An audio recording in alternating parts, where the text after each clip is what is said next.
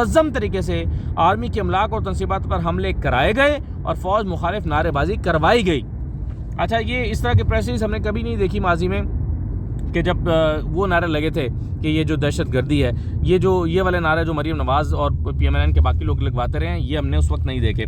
اچھا، پھر کہا گیا کہ ایک طرف تو یہ شرپسند عناصر عوامی جذبات کو اپنے محدود اور خود غرض مقاصد کی تکمیل کے لیے بھرپور طور پر ابھارتے ہیں، اور دوسری طرف لوگوں کی آنکھوں میں دھول ڈالتے ہوئے ملک کے لیے فوج کی اہمیت کو بھی اجاگر کرتے نہیں تھکتے، جو کہ دوغلے پن کی مثال ہے PTI کی طرف۔ پھر کہا گیا کہ یہ جو کام ملک کے ابدی دشمن 75 سال نہ کر سکے، وہ اقتدار کی ہوس میں مبتلا ایک سیاسی لبادہ اوڑھے ہوئے اس گروہ نے کر دیا۔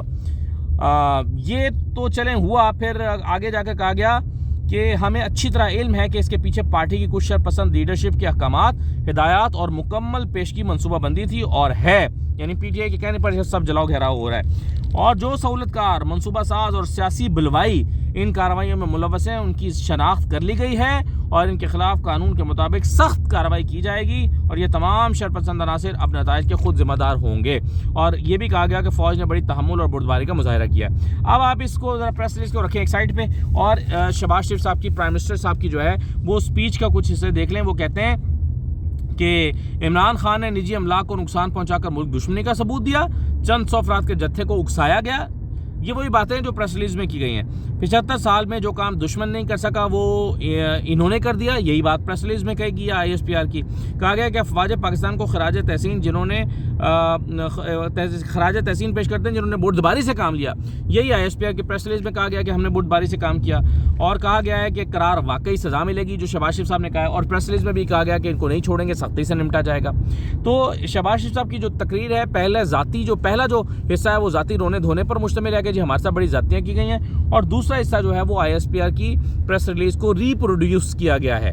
تو یہ دو حصے جو ہیں، یہ دو چیزیں ہمیں اس میں دکھائی دے رہی ہیں۔ اب شہباز شریف صاحب کی جو خطاب ہے اس میں ایک دو چیزیں بڑی فنی ہیں، اور ایک آدھ چیز جو ہے وہ خطرناک ہے۔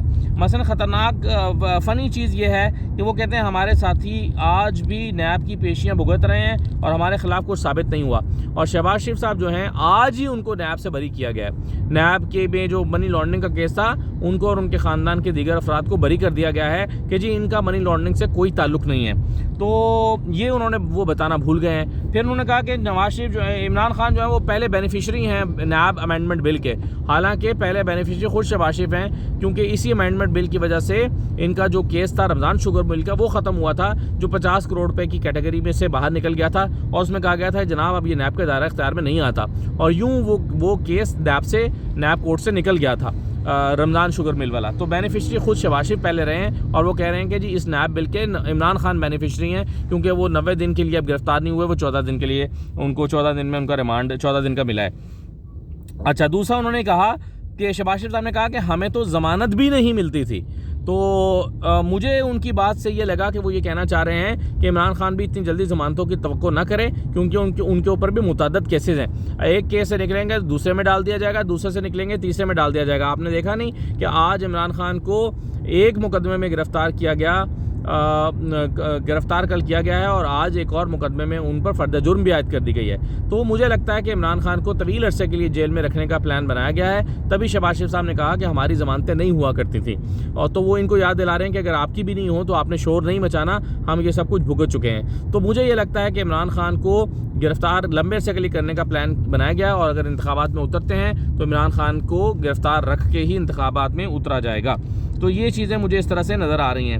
دوسرا وہ یہ کہتے ہیں شہباز شریف صاحب کے انہوں نے اس پر ان کی بات کی ہے کہ یہ دہشت گردانہ عمل ہے، نجی اور املاک کو نقصان پہنچانا۔ اس سے مجھے لگتا ہے کہ ان کے دل میں یہ خواہش بھی ہے کہ وہ اس عمران خان کی جماعت پاکستان تحریک انصاف پر پابندی لگا دیں۔ تو یہ اگر میں اس کو مجموعی صورتحال کو اینالائز کروں تو پھر میں یہ کہوں گا کہ چونکہ آج ہم یہ توقع کر رہے تھے کہ چیزوں کو نارملائز کرنے کی بات کی جائے گی، شہباز شریف صاحب کی طرف سے بھی پرائم منسٹر کا جب خطاب کی بات آئی کہ وہ خطاب کریں گے، تو ہمیں لگا کہ کچھ نہ کچھ وہ ریسٹورینٹ شو کریں گے، لیکن انہوں نے وہی کہا جو پریس ریلیز ISPR کی پریس ریلیز میں کہا گیا تھا، جس سے ہمیں یہ لگتا ہے کہ جو ہے وہ سخت کارروائیاں ہوں گی، اور جو 1 سال سے جاری ہیں۔ 1 سال سے آپ دیکھیں نا، آپ یہ تو آپ کہہ رہے ہیں کہ عمران خان کے لوگوں نے یعنی پاکستان تحریک انصاف کے کارکنوں نے بڑی زیادتی کی ہے، لیکن یہ بھی تو دیکھیں نا کہ آپ لوگوں کو اٹھایا کرتے تھے، شہباز گل کو ننگا کرتے تھے، کرنٹ لگاتے تھے اور اس پر جو ہے وہ تشدد کرتے تھے، اعظم سواتی کو ننگا کرتے تھے. تو یہ سب چیزیں ہوئی ہیں تو اس کے رد عمل میں یہ ہوا ہے نا. آپ میں جواز نہیں دے رہا اور میں ڈیفینڈ بھی نہیں کر رہا، جو کچھ ہوا ہے یہ نہیں ہونا چاہیے تھا. میں کل سے کئی بار کہہ چکا ہوں، اس پہ بہت تکلیف ہے مجھے، ذاتی طور پہ بہت تکلیف ہے، یہ نہیں ہونا چاہیے تھا.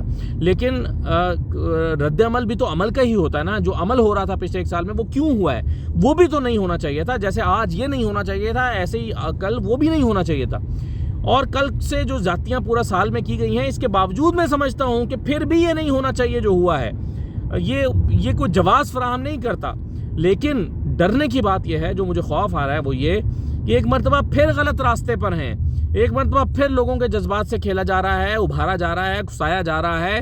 ایک مرتبہ پھر زبردستی ان کی زبانیں بند کی جا رہی ہیں اور کل کو پھر کوئی ایسا موقع آ سکتا ہے کہ جس میں یہ اپنے غصے کا اظہار جو ہے وہ کریں. اور ایک مرتبہ پھر کوئی ایسا موقع آ سکتا ہے کہ جس میں یہ لاوا جو ولکینو بن رہا تھا وہ آج نکل پڑا ہے. وہ کہتے ہیں کہ قطرہ قطرہ پیمانہ بھر رہا تھا اور وہ قطرہ قطرہ پیمانہ جو بھر رہا تھا وہ آج چھلک گیا ہے.